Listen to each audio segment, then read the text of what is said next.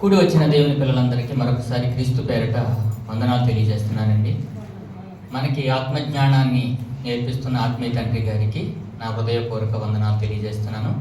అలాగే మనకి సమయం ఇచ్చినటువంటి సహోదరుడికి కూడా ప్రభు పేరిట వందనాలు తెలియజేస్తున్నాను. ప్రియమైన దేవుని పిల్లలారా, ఈరోజు ఒక చిన్న పాఠమును గురించి మనం ఆలోచన చేద్దాం. ఇప్పుడు పాడిన పాటకు అనుసంధానంగా ఉంటుంది ఈ పాట. సీమ మనిషికి నేర్పే జ్ఞానం. అల్పజీవి 6 అడుగుల మనిషికి బుద్ధి పాఠాలు నేర్పిస్తుంది. సామెతల గ్రంథము 6వ అధ్యాయము 6వ వచనం. సోమరి సీమల యొద్దకు వెళ్ళుము, వాటి నడతలు కనిపెట్టి జ్ఞానము తెచ్చుకొనుము. వాటికి న్యాయాధిపతి లేకున్నను, ప్రై విచారణకర్త లేకున్నను, అధిపతి లేకున్నను, అవి వేసవి కాలమందు ఆహారము సిద్ధపరచుకొనును, కోతకాలమందు ధాన్యమును కూర్చుకొనెను. ప్రార్థన చేసుకుని లేఖన భాగంలోకి వెళ్దాం. క్రీస్తు యేసునందు మమ్మల్ని మిక్కిలిగా ప్రేమించిన ప్రియ పరలోకపు తండ్రి, నీ పరిశుద్ధమైన నామమునకు వందనములు. దేవా, మా ఆత్మీయ తండ్రి గారికి మాకు నేర్పినటువంటి మహాజ్ఞాన గ్రంథముల నుండి కొన్ని మాటలు చెప్పుటకు నిలబడుచుండగా సమయోచితమైన జ్ఞానమును నాకును అనుగ్రహించమని వినుచున్న బిడ్డలు గ్రహించి మార్పు చెందుటకు సహాయం దయచేయమని క్రీస్తు పేరట ఈ ప్రార్థన మనవులు సమర్పించుకుంటున్నాను ప్రియ పరలోకపు తండ్రి, ఆమేన్. చదవబడిన లేఖన భాగము, సోమరి సీమల యొద్దకు వెళ్ళి వాటి నడతలు కనిపెట్టితే నీకు ఏమొస్తుంది అంటున్నాడు? జ్ఞానం వస్తుంది అంటున్నారు. ఏమండి, చీమలు ఏంటి? దాని కాళ్ళు ఎంత ఉంటాయండి? చీమకి ఎన్ని కాళ్ళు ఉంటాయని చెప్పండి త్వరగా. 6 కాళ్ళు ఉంటాయి. 6. ఏమండి, దాని కాళ్ళు ఎంతెంత ఉంటాయి? అది నడిచే నడక ఏంటి? ఆ నడకను మనం చూడటం ఏంటి? దానివల్ల మనకి జ్ఞానం రావటం ఏంటి? ఆలోచించండి ప్రియమైన దేవుని పిల్లలారా. జ్ఞాని అయిన సొలొమోను శాస్త్రవేత్త అండి. అన్నిటినీ పరిశీలించాడు. మొదటి రాజులు 4వ అధ్యాయం 33వ వచనం. త్వరగా 282 పేజీ. మొదటి రాజులు 4వ అధ్యాయము 33వ వచనం.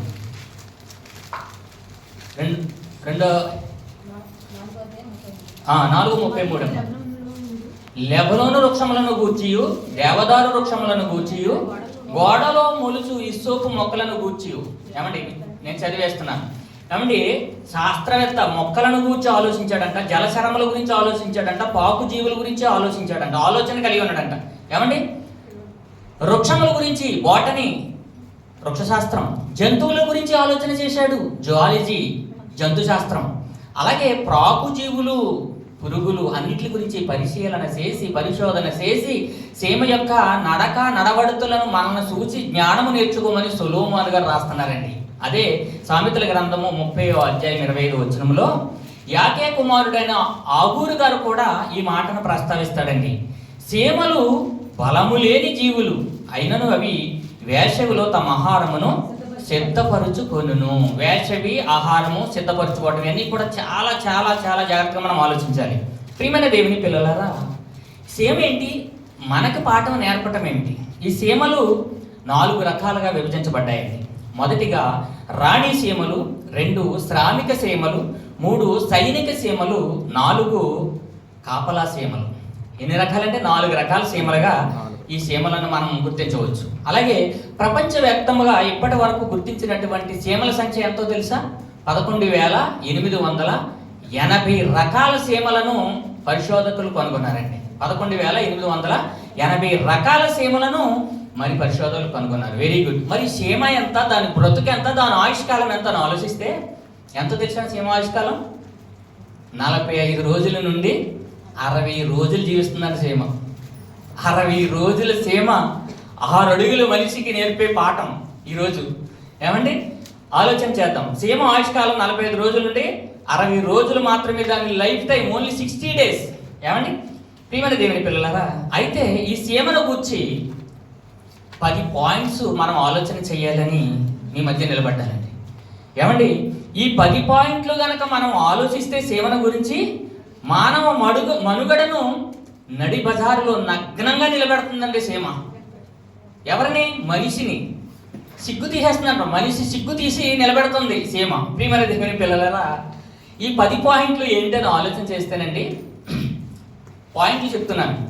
మొదటిగా ఐక్యత, 2వదిగా క్రమశిక్షణ, 3వదిగా దానగుణం, 4వదిగా నమ్మకస్తులు, 5వదిగా స్వార్థము లేని జీవులు, 6వదిగా ఇంజనీర్లు సీమలు, ఏడవదిగా పని లేకుండా సోమరిగా ఉండవు.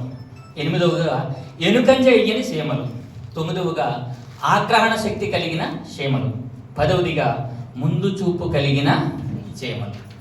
చూసారా ఎన్ని పాయింట్లు వచ్చాయి సీమ గురించి ఎన్ని పాయింట్లు వచ్చాయి చూడండి. మన గురించి ఏముంది బ్రతుకు, అసలు సీమ గురించి ఆలోచించాలి. సృష్టిలో ప్రతి వస్తువు కూడా దేవుని పని నిమిత్తమే చేయబడ్డదండి. సీమ సృష్టించాడు దేవుడు, సీమ గురించి గ్రంథంలో వ్రాయించాడు దేవుడు అంటే మనకి పాఠం నేర్పించడానికండి. ప్రియమైన దేవుని పిల్లలారా, 66 పుస్తకాలలో ఈ సీమను గురించినటువంటి జ్ఞానం 2 చోట్ల మాత్రమే ప్రస్తావించబడ్డది.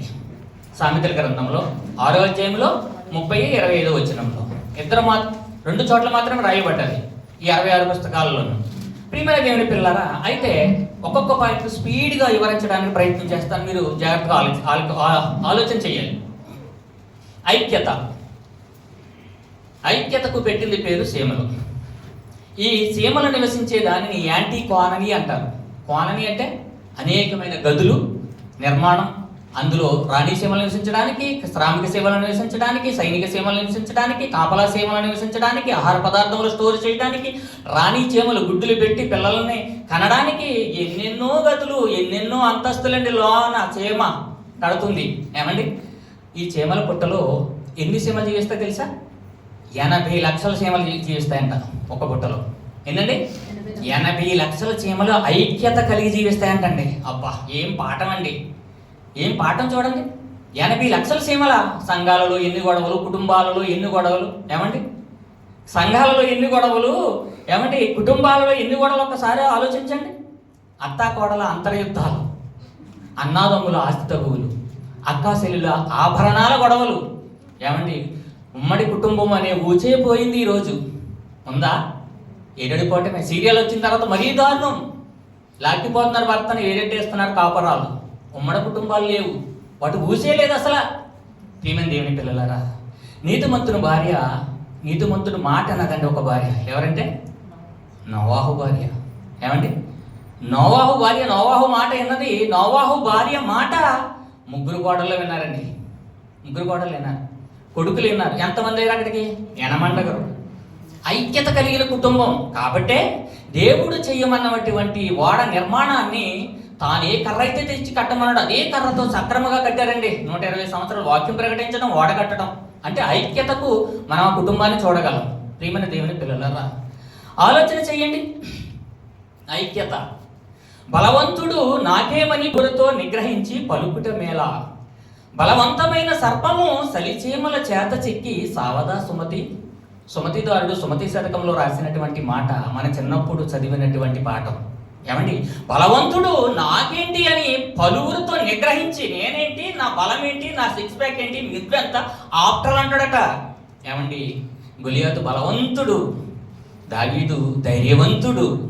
చిన్న బాలుడు చిన్న రాయితో గొలియాతుని నేల మట్టము కనిపించాడండి. యుద్ధము నాది కాదు యెహోవాదే అని. వాడెంత, వాడి బలం ఎంత, వాడి సైన్యం ఎంత? దేవుని ముందు ఆఫ్టర్ అయిపోయాడు. ఎవరు? గొలియాతు. ఎవరి చేతిలో? చిన్న దావీదు, గొర్రెలు కాచే దావీదు చేతిలో. దావీదు ఉపయోగించిన మాట యుద్ధము నాది కాదు యెహోవాదే. బలవంతుడు గొలియాతు, చాలా బలవంతుడు.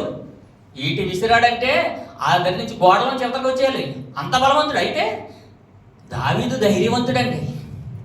ధైర్యవంతుడు సరే, ఒక్క రాయితోనే మరి గొలియాతుని జయించినట్లుగా మనం చూస్తాం. ప్రియమైన దేవుని పిల్లలారా, కీర్తనకారుడు కూడా 133 కీర్తనలో సహోదరులు ఐక్యత కలిగి నివసించుట ఎంత మేలండి, ఎంత మనోహరం, ఎంత మేలు, ఎంత మనోహరం. చూసారా, సీమల ఐక్యత గురించి రాస్తూ మనం ఈ యొక్క పాఠాన్ని ఆత్మ సంబంధమైన సంగతులతో ఆలోచిస్తే మనకు ఎంతో జ్ఞానం బోధపడుతుందండి కదా.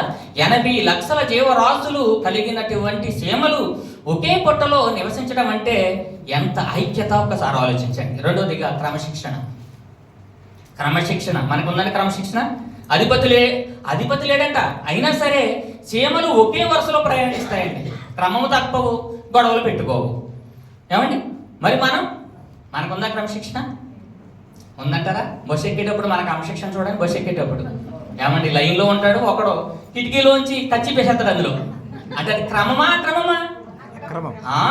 ఈ చీటి ఈడిది ఎక్కుతున్నవాడు కన్నా ముందు ఈ సీటులో కచ్చి వేసేస్తాడు. ఇది అక్రమం, సీటు, ఈ సీటు నాది అని కచ్చి వేస్తాడు.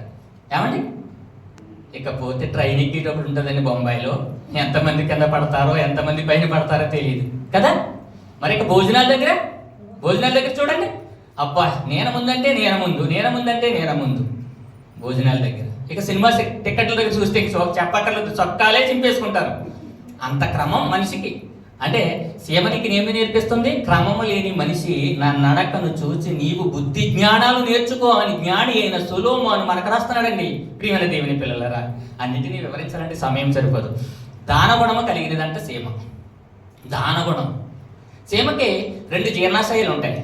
ఒక జీర్ణాశయంలో ఆహారాన్ని తన కొరకు దాచుకుంటుంది, తింటుంది. రెండవ జీర్ణాశయంలోని ఆహారం పట్టుకెళ్ళి ఎదుటి వారికి పెడుతుందంటండి. అబ్బా, ఏమి దానగుణమైన దీనికి మనకుందా? పొద్దుటే వచ్చాడని కూడా ఎవడని పక్షగాడు, తెల్లారిందా పైకి వెళ్ళరా, పైకి వెళ్ళరా అటేంటి, నువ్వేమైపోయావు, తెల్లారిపోయేటప్పుడేని ఎంత దానగుణమో, సద్దన్నం కూడా పెట్టం, పైకి వెళ్ళరా. చాలా దౌర్భాగ్యం అండి మనం. సిగ్గు, ఛీ నీ బతుకు చెడ అంటుందండి చీమ. నేను కాదు, నేను అంటలేదు, చీమ అంటుందండి. ప్రియమైన దేవుని పిల్లలారా, ఇక 4వదిగా నమ్మకస్తులు. మోసం చేయవండి, ఎన్నుపోటు పోవడం.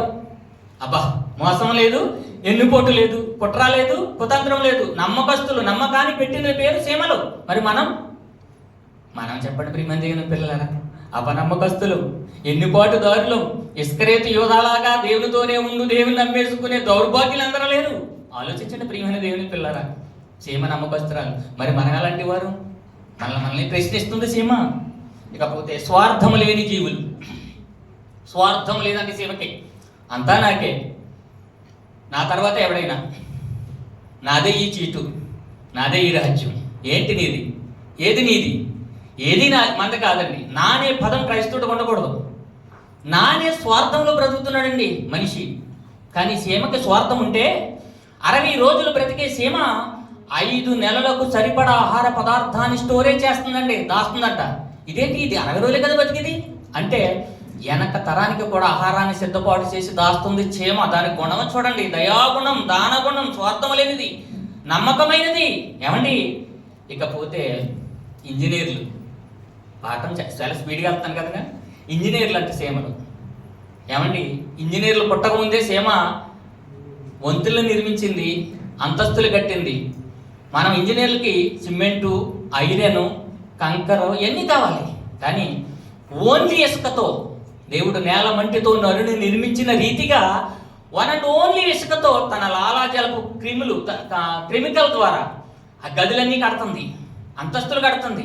వర్షం వచ్చినా కూడా అది కోలదండి, కోలకుండగానే కట్టుకుంటుంది దాని నిర్మాణం. అంటే అది ఇడిచిపెట్టినటువంటి కెమికల్ అలాంటిది. తద్వారా అది కడుతుంది కాబట్టి అది కూలదు. ఇంజనీరు ఆహారం తీసుకొచ్చే విధానంలో దారి రూట్ కనుక బాగా దూరం ఉందనుకో, ఏదైనా చిన్న నీటి కాలువ కనుక ఏర్పడుతుంది అనుకో, చిన్నది, దాని స్తోమత గడ్డ నీటి బిందువులు వెళ్ళేది పైనుంచి వంతుని కడతాదండి. ఎలా కడతాదంతో తెలుసా? ఒక చీమ అలాగా పాళ్ళు చేతులు పట్టుకుని అలా నుంచుంటాయండి. పైనుంచి ఆహార పదార్థాలు ట్రాన్స్పోర్ట్ జరిగిపోతుంటుంది. ఆకులు, కట్ చేసిన ఆకులు పట్టిపోతాయి, బీపు గింజలు, దానిపు గింజలు, ఏమంటే గోధుమ గింజలు, ఏమంటే మొక్కజొన్న పొత్తు గింజలు అన్నీ పట్టుకుని వెళ్ళిపోతుందండి చీమ. అబ్బా, వంతుని కడుతుందా చీమ? కడుతుంది. ఇల్లు కడుతుందా చీమ? కడుతుంది. నీకు నాకు జ్ఞానం నేర్పుతుందా చీమ? చెప్పుతుంది జ్ఞానం. ప్రియమైన దేవుని పిల్లల, అవి ఇంజనీర్లట. ఇక పని లేకుండా ఉండవంట. ఏంటిది? పని లేకుండా ఉండదంట సీమ. మరి మన అందుకే మరి సొలొమోను అనేటువంటి జ్ఞానవంతుడు ఏమన్నాడు? సోమరి సీమల యొద్దకు వెళ్ళమన్నాడు. వీడు సోమరి నిద్రపోతాడు, ఇటు తిరుగుతాడు, అటు తిరుగుతాడు, మంచమైనా చీ అంటారు కానీ వీడు చీ కొట్టి మంచం మీద లేవడం. పని లేకుండా చీమ ఉండదంటండి. ఏమండి? ఏంటో అది గందరగోళం, అటు పరిగెడుతుంది, ఇటు పరిగెడుతుంది. పరిగే తన జీవితం లేచిన కాడి నుంచి కూడా పరుగే తన జీవితం పరిగెడుతూ ఉంటుంది. బయటికి వెళ్ళింది అంటే సేమండి ఏదో ఒకటి పట్టుకుని కానీ నివాస స్థలానికి వచ్చే వరకు ఖాళీ చేతులతో రాదండి చీమ, ఎదురు పట్టుకుని వస్తుంది. మరి మనం ఎక్కడికి వెళ్తాం రా? సెంటర్కి. ఎందుకురా? వెళ్తున్నా టైంపాస్. ఒరే పోరంబోకు, టైంపాస్ నుంచి చెయ్యక్కలేదు. టైము అది వెళ్ళిపోతుంది. కాలములు, సమయములు కాలం ఎరిగి నిద్ర మేరుకోరా అన్నాడు దేవుడు. నీ కాలం ఎరిగి నిద్ర మేరుకోరా, నువ్వేంట్రా టైం పాస్ చేసేది? టయాన్ని, సూర్య చంద్రుడి నక్షత్రాలను, భూమిని 1,11,600 కిలోమీటర్ల వేగంతో త్రిప్పుతూ నడిపిస్తున్నది నేను. నువ్వెంత ఆఫ్టరాల్? నీ పని ఏదో నువ్వు చూడు. ఈ భూమి మీదకి వచ్చిన పని ఏంటి? నువ్వు అసలు ఎందుకు వచ్చావు? ఎక్కడి నుండి వచ్చావు? ఇక్కడికి ఎందుకు వచ్చావు? ఎందుకున్నావు? ఎక్కడి నుంచి ఎక్కడికి పోతావు? ఇది గురించి ఆలోచించరా? దేని గురించి ఆలోచించు.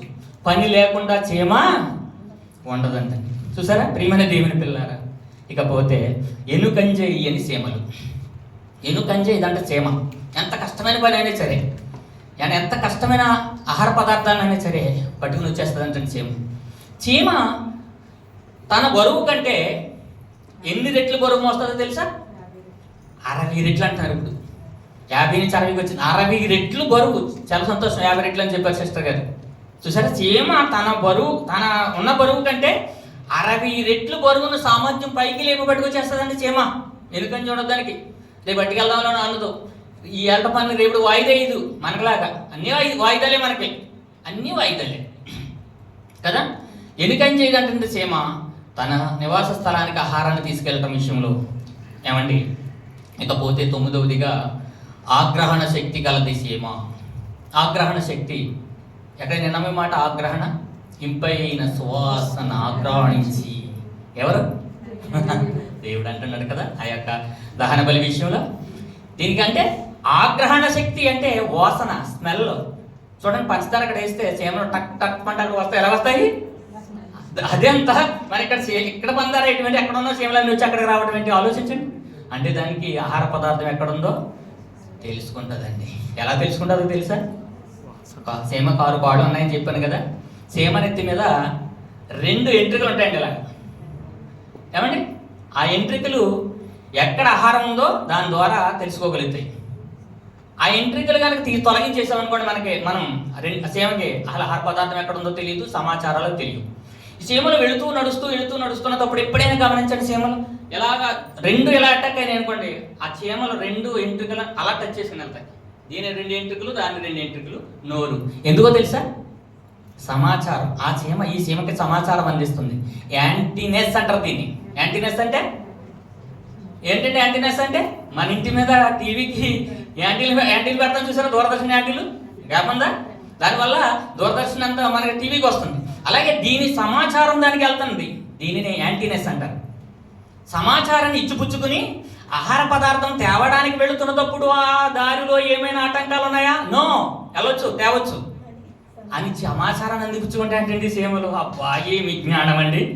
ఆగ్రహణ శక్తి ఎంత చక్కని జ్ఞానాన్ని కలిగి ఉన్నాయి చూసారా ప్రియమైన దేవుని పిల్లలారా. ఎన్ని సంగతులు చెప్తుందండి చీమ. లాస్ట్కి వచ్చేసాను. ఇక 10వ పాయింట్, ముందు చూపు కలిగిన చీమలు. ముందు చూపు కలిగిన చీమలు. మనకుందా ముందు చూపు? ఈరోజు తిన్నామా లేదా?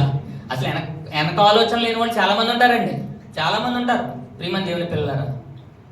ఇక్కడ చీమకంట ముందు చూపు ఉందంట. వేసవి కాలంలో ఇది ఆహారాన్ని నిల్వ చేస్తుందంట. ఎందుకని? వర్షాకాలం వస్తే కొట్టుకుపోతుంది. వర్షాకాలం లోపల హ్యాపీగా ఉంటుంది. వేసవి కాలం దానికి తెలుసు, కోతకాలం కూడా దానికి తెలుసు. కోతకాలంలో ఏముంటుంది? ధాన్యపు గింజలు దొరుకుతాయి, మొక్కజొన్న పొత్తు గింజలు దొరుకుతాయి. ఆహారం దొరికే టైంలో నిద్రపోతుంది. అర్థమవుతుందండి? వేసవి కాలంలో ఆహారాన్ని సిద్ధపరిచి చేసుకుంటుందంట. పట్టుకెళ్ళి దాచేసుకుని వర్షం వస్తే లోన్ ఉంటుందంట. మనకి మళ్ళీ ఎలాంటి ముందు చూపు ఉందండి? ఉందా చెప్పండి? ఇప్పుడు గ్యాస్ కోళ్ళు వచ్చేసి, గ్యాస్ కోళ్ళు లేకముందు పొలలో లేకపోతే ఆకులు, పీచులు అన్ని వర్షం వస్తున్నప్పుడు పరుగు వెళ్ళి ఆ పొలలో ఆకులు తెచ్చుకొని పచ్చడి పెట్టుకుంటాం మనం. ఎప్పుడు చెప్పండి? వర్షం వస్తున్నది అప్పుడు. అబ్బా, ఎంత ముందు చూపు మనకి! ఏమండి, ఎంత ముందు చూపు! కానీ సేమ్ అలా కాదు. అప్పుడు కంగారు పడదు. ఇది వరద రాకముందే ఆనకట్టేస్తుంది. మన వాళ్ళు చూడండి, ఏటుకొట్టు తెగిపోయిన తర్వాత ఇసుక బస్తాలు అట్టుకెళ్ళి పెడతాడు. అక్కడ తెగిపోయిన తర్వాత పెడతాడు వీడు. గట్టు తెగక ముందే ఆనకట్ట సరిగ్గా వేసి ఉంటే తెగుతుందండి? తెగదు. అబ్బా, అది అన్నమాట ముందు చూపు లేని ప్రభుత్వ నాయకులు, జనాంగం. మరి చీమ చూడండి, అధికారులకు కూడా ఇది గుణపాఠం నేర్పిస్తుంది. రాజకీయ నాయకులకు కూడా పాఠాన్ని నేర్పిస్తుంది చీమ. ఏమంటే అంత జ్ఞానం కలిగిందండి ఈ చీమ. దీన్ని చూసి మనం నేర్చుకోవాల్సిన పాఠాలు ఇంకా ఎన్నో ఉన్నాయి. ముందు చూపు కలిగినటువంటి చీమ. ఇది 5 నెలలకు సరిపడా ఆహార పదార్థాన్ని దాచిపెడుతుందండి. ఏమండి, చీమ ప్రియమైన దేవుని పిల్లలారా, ఆహారాన్ని పరీక్షిస్తుందండి. సీమ ఏం చేస్తుందట? ఆహారాన్ని పరీక్షిస్తుందంట. ఏంటి? రుచి చూస్తుంది. ముందర టేస్ట్ బాగుందా, టేస్ట్ అని చూస్తుంది. తర్వాత రెండవదిగా రవాణా, ట్రాన్స్పోర్ట్. దీనిని నేను నా నివాస స్థలానికి తీసుకెళ్ళగలనా లేదా అని ఆలోచించేస్తుంది. మూడవదిగా నిలవ చేయటం, నిలవ గురించి ఆలోచిస్తుంది. స్టోరేజ్, ఎన్నాళ్ళకి స్టోరేజ్ చేయాలి? ఇది 5 నెలలకి స్టోరేజ్ చేయాలి. 5 నెలలు ఆగుతుందా ఈ ఆహార పదార్థం లేదని ఆలోచిస్తుంది. అంత నిర్ణయం తీసుకుని అప్పుడు కానీ ఆ ఆహార పదార్థాన్ని ముట్టుకోదండి అది సీమ.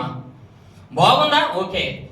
అది బాగుందని నిర్ణయించుకున్న తర్వాత ఒక్క నిర్ణయంతో ఆగిపోదు. కొంత ఆహార పదార్థాన్ని నోటిని కరుచుకుని యాంటీకాన్లీ అంటే చీమల పుట్ట దగ్గరికి తీసుకెళ్తుందండి. చూడండి, చీమల పుట్ట దగ్గరికి తీసుకెళ్తుంది. తీసుకెళ్లే క్రమంలో ఆ ఆహార పదార్థం నుంచి వెళ్తుంది కదా చీమ. వెళుతున్న దారిలో ఏమండి ఫెరోమోన్స్ అనే కెమికల్ని విడుదల చేసుకుంటూ వెళ్తుందంట. ఏంటంటే ఫెరోమోన్స్. చూసారా? ఎందుకు కెమికల్ని విడుదల చేసుకుంటూ వెళ్తుంది?